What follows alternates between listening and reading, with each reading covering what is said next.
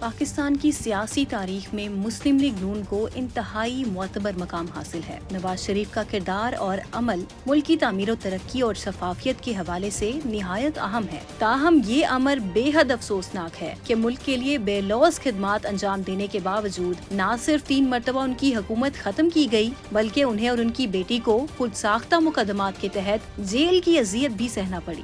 پرویز مشرف نے take over کیا تو نیب نے نواز شریف کے خلاف تحقیقات کے لیے ایک برطانوی کمپنی براڈ شیٹ کی خدمات لی اور معاہدہ طے پایا کہ ریکور کی گئی رقم کا 20% براڈ شیٹ کو دیا جائے گا۔ براڈ شیٹ نے آگے میٹرکس ریسرچ نامی کمپنی کو ہائر کیا۔ پرویز مشرف کے بعد عمران خان نے بھی نواز شریف کے خلاف کرپشن ڈھونڈنے کی سر توڑ کوششیں کی۔ براڈ شیٹ کیس کے حوالے سے عمران خان نے کہا کہ نیب کے پہلے چیئرمین لیفٹیننٹ جنرل ریٹائرڈ امجد ملک اور ISI نے مجھے 20 سال پہلے نواز شریف کی برطانیہ میں چھپائی دولت کے بارے میں بریف کیا تھا۔ میٹرکس ریسرچ نے جو تحقیقات کی اس کے مطابق نواز شریف اور ان کے خاندان کے دیگر افراد پر کوئی بدعنوانی ثابت نہ ہوئی۔ البتہ اس سارے معاملے میں پاکستانی عوام کے تقریباً 7 ملین پاؤنڈ خرچ ہو گئے۔ براڈ شیٹ نے ایون فیلڈ فلیٹس پر لندن میں قائم مقدمے میں شریف خاندان کو 4.5 ملین روپے ادا کیے اور پاکستان میں PTI حکومت کے دوران لندن میں شریف خاندان کے خلاف کیس واپس لے لیا۔ پھر براڈ شیٹ کے CEO کاوے موسوی نے